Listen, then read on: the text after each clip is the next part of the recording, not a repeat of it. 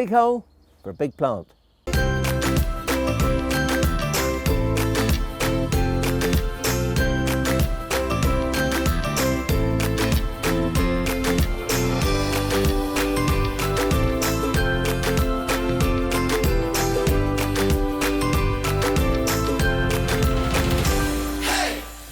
Hello, welcome to Get Gardening. I'm Alan Gray. Well, I said a big hole. It's not that big. It's about 2 foot deep by 3 feet across. And you can see, just have a look down here that I see what I'm doing, because I'm loosening the soil in the bottom of this relatively large hole.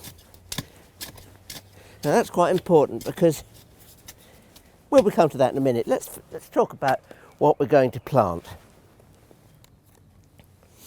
These lovely glossy leaves belong to a plant called Cardiocrinum, or the giant Himalayan lily.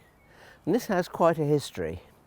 It's one of those plants that once you see it, you never forget it. And once you come across the smell, the scent, the aroma in the evening, you don't forget that either. But it is a nice one.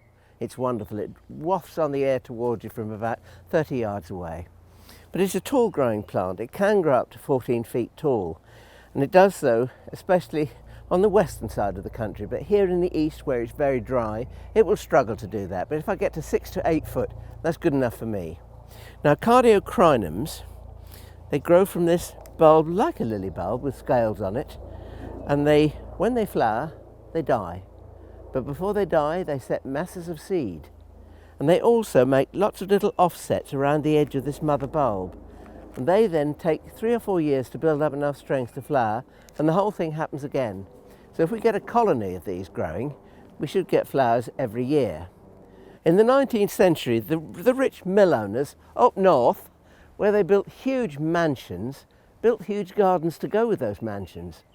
And this is the mine is bigger than yours syndrome, because they used to dig huge pits to grow this Cardiocrinum giganteum, and they sent the gardening boy off to the butchers or the abattoir to get the guts from all the animals.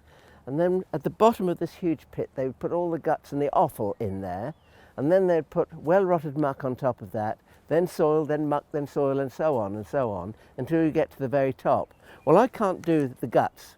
I don't think I want to anyway, it's a bit murky. But I can do the manure. And here we have a wheelbarrow full of the staff of life, well-rotted muck. And that's going in the bottom of my hole. And I'm going to be quite liberal with it, because I need to try and get my Cardiocrinums to be half decent size, which, as I said, if they're 6 to 8 feet tall, that will satisfy me. Now I want their roots to go down into this lovely, rich mixture. Naturally, they grow in woodland conditions. We haven't exactly got woodland conditions, but here we're on the north side of a wall, so we're devoid of any direct sunshine, which is what they actually like. And it's quite sheltered because we've got tall trees and hedges around us, although we've got direct overhead light, and that's something else that they like. I'm just going to backfill some of this earth.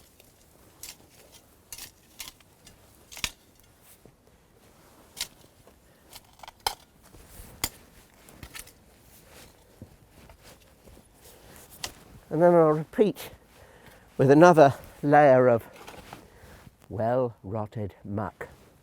WRM, I think that will go on my tombstone actually, you know. You can't beat it.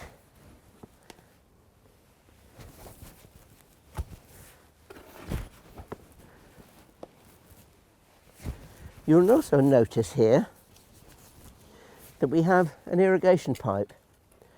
And part of the reason for that is because that we're in the driest area of the country. On the eastern side of England, we get a mere 20 inches of rain a year. And most of that falls in the winter, so we can have dry summers here, and they're not going to like that. So they'll need to have the seep hose put on about once a fortnight to soak right down to where the roots are.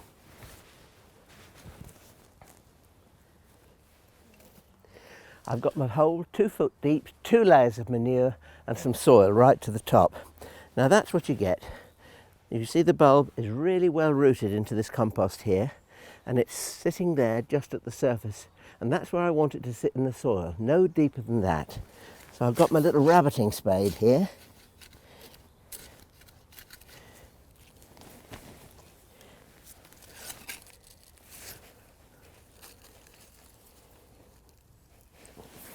Now that, believe it or not, is all there is to it. Now some people would have thought that you need to really firm that in, but in actual fact you don't, because this plant grows in woodland soil. And if you think about it, woodland soil is basically leaf mould. It's very open, very airy, and it produces big plants from big holes. And they